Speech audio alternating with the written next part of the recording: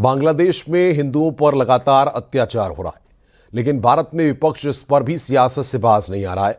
बांग्लादेश के मौजूदा हालात पर सियासत को लेकर देखिए न्यूज 18 के मैनेजिंग एडिटर अमीश देवगन की यह रिपोर्ट।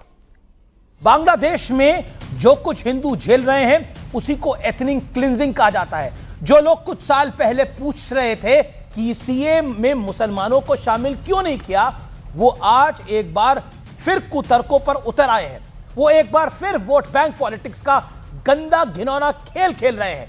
भारत के मुसलमानों को बांग्लादेश के साथ जोड़ने का अधिकार इन्हें किसने दिया? ये लोग कौन होते हैं जो हिंदुओं को कोलैटरल डैमेज बताकर बांग्लादेश की उन्मादी जिहादी कट्टरपंथी भीड़ को कवर फायर लगातार दे रहे हैं?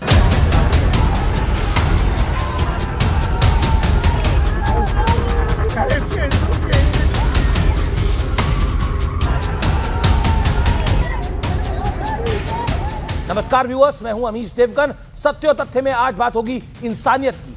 मुश्किल यह है कि सियासत में इंसानियत की थोड़ी किल्लत नजर आती है। बांग्लादेश में हिंदुओं के साथ क्या हो रहा है ये मुझे आपको बताने की आवश्यकता नहीं है। आप सभी ने टीवी पर और यूट्यूब पर और सोशल मीडिया पे हालात को देखा होगा। ये वक्त बांग्लादेशी हिंदुओं के साथ खड़े होने का है, लेकिन उनका दर्द बांटने के बजाय कांग्रेस के वरिष्ठ नेता और गांधी परिवार के बेहद करीबी दिग्विजय सिंह उनके जख्मों पर नमक छिड़क रहे हैं। दिग्विजय सिंह का दावा है कि भारत में एक वर्ग के साथ जो कुछ हो रहा है बांग्लादेश में उसका रिएक्शन देखने को मिल रहा है। एक और कांग्रेस नेता राशिद अल्वी तो एक कदम आगे चले गए हैं। उन्होंने कहा है कि भारत में मुसलमानों की मस्जिदों पर हमले हो रहे हैं, मुसलमानों के घर बुलडोजर से तोड़े जा रहे हैं, इसलिए बांग्लादेश में हिंदुओं पर अत्याचार और अन्याय हो रहा है। यह बयान बेहद शर्मनाक इसलिए है क्योंकि इन बातों को सुनकर ऐसा आभास होता है कि बांग्लादेश में हिंसा का जो नंगा घिनौना नाच हो रहा है वो बिल्कुल सही हो रहा है। बांग्लादेश को मुसलमानों का नया ठेकेदार कब से बन गया? भारत के मुसलमानों को अगर किसी तरह की परेशानी है तो उसका समाधान उन्हें भारत में ही मिलेगा, बांग्लादेश या पाकिस्तान में नहीं मिलेगा। क्या दिग्विजय सिंह और राशिद अल्वी और शत्रुघ्न सिन्हा भारत के मुसलमानों की निष्ठा पर सवाल खड़े कर रहे हैं? क्या वो कह रहे हैं कि मुसलमानों के लिए धर्म बड़ा आधार है, राष्ट्रभक्ति नहीं? बंटवारे के वक्त जिन मुसलमानों ने भारत में रहने का फैसला किया उन्हें आज बांग्लादेश से कैसे जोड़ा जा सकता है?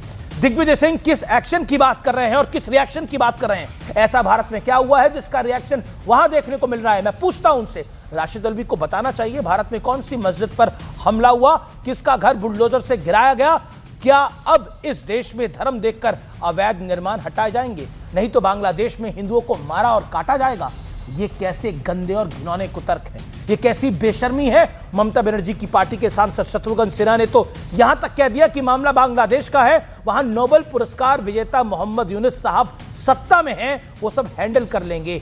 एक हिंदू को जिहादियों के हुजूम ने घर से खींचा, फिर पीट पीट कर मार डाला और इसके बाद चौराहे पर लटकाकर आग लगा दी। मोहम्मद यूनुस साहब क्या इस तरह के हालात संभाल रहे हैं? दर्शकों, लाख टके की बात यह है कि अगर साथ नहीं दे सकते तो कम से कम ड्रामा ही कर लेना चाहिए, और अगर ड्रामा भी नहीं कर सकते तो चुप हो जाना चाहिए, क्योंकि लेकिन चुप रहने से इनका पर्पस कहां सॉल्व होगा? सबको तुष्टीकरण का ऐसा कीड़ा काटा है कि दर्द पर भी सियासत हो रहा है, नमक छिड़का जा रहा है, लेकिन नियति के बहे खाते में सब दर्ज हो रहा है।